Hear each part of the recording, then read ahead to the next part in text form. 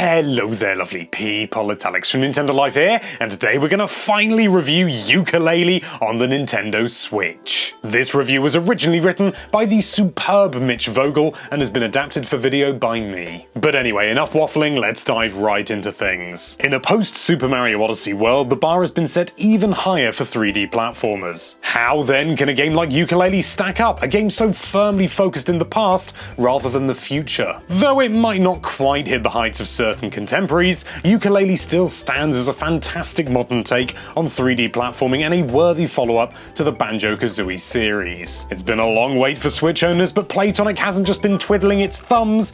This is the most polished, well put together version of the game by far. The gameplay is straightforward, yet there's a delightful amount of variety and depth that adds different nuances to all the proceedings. As you explore the 5 worlds, you'll slowly build a collection of moves that expand the duo's abilities and unlock new opportunities for them to collect things. These are all relatively expected, but they nonetheless make the player feel more empowered as the game goes on and provide a steady sense of progress. Once enough pages have been collected in any given world, they can then either be spent on unlocking a brand new world or expanding one of the worlds you've already visited. These elements combine to form a tight, focused gameplay loop that constantly rewards the player. Whether you're collecting quills for new moves or spending pages to unlock a new world, every action you make feels purposeful and well thought out.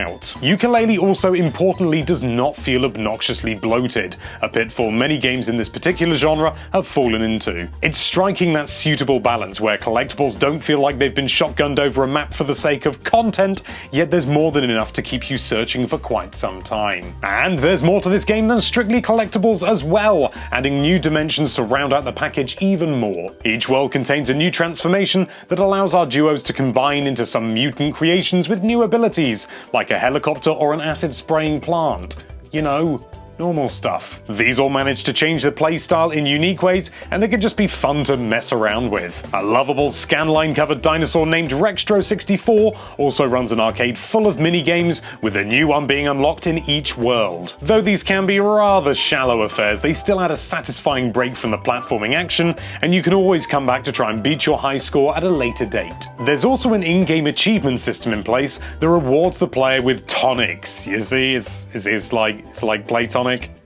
You know, it's like Playtonic. These all help to make the game a little bit easier in some aspect, like help find collectibles or decreasing the energy usage of certain moves, although you can only have one tonic equipped at any one time, so they're not totally overpowered. From a world design perspective, Playtonic gets it mostly right, though there are some missteps here and there. World layouts can be sprawling and confusing at times, but it does get easier to navigate as you familiarize yourself with each area. Nevertheless, we do think that it could have benefited from some sort of map. The world themes are also nothing really new, though they are packed with enough interesting things to do that you don't get bored running through another ice level. Some may also be disappointed at there just being 5 worlds, not including the hub world. But thankfully these are a cut above what you might find on the N64 for those drawing that kind of comparison. Moving on to presentation, and Yooka-Laylee absolutely nails it. This has all the charm of an N64 platformer, but without all the jagged models and washed out textures. Environments are detailed, full of colour, and contain lots of little things that give it that extra little bit of visual flair. And as you'd expect, the writing is just as snarky and as irreverent as it's ever been. It's fun to read, and it helps create a whimsical, light-hearted tone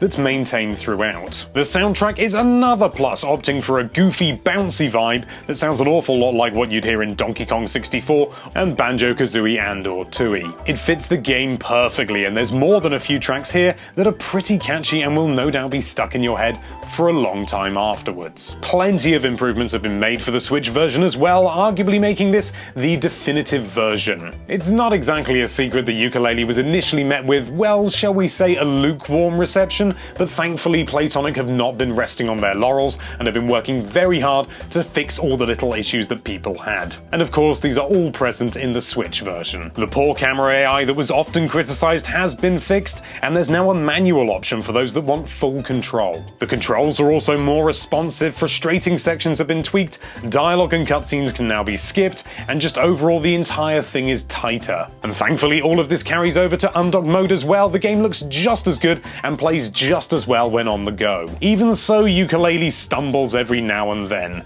A menagerie of minor annoyances can combine together at times, and it can be a little bit annoying. The camera may work well for most of the time, but it still has a tendency to get hung up on geometry a little bit too often for our tastes. And though the worlds are mostly well designed, there are some instances where pacing is lost. Perhaps a quiz minigame is just a little bit too unforgiving, or a level is too barren in some sections. Yooka-Laylee never truly misses the mark on anything, but it doesn't always hit the bullseye. There are minor yet noticeable dips in quality that rear their head sometimes, which don't in any sense break the game, but they do hold it back from being something even more special. All told, Yooka-Laylee is a worthy modern tribute to the collectathons of yore, and it's highly recommended for Switch owners. This feels like a game that belongs in 1996, but with all the quality improvements of a game made in 2017, making for an excellent blend of new and old. Though it can be a little bit rough at times, the game as a whole manages to achieve its goals. Do yourself a favor and give this one a go. It may not have been too well received to begin with, but Playtonic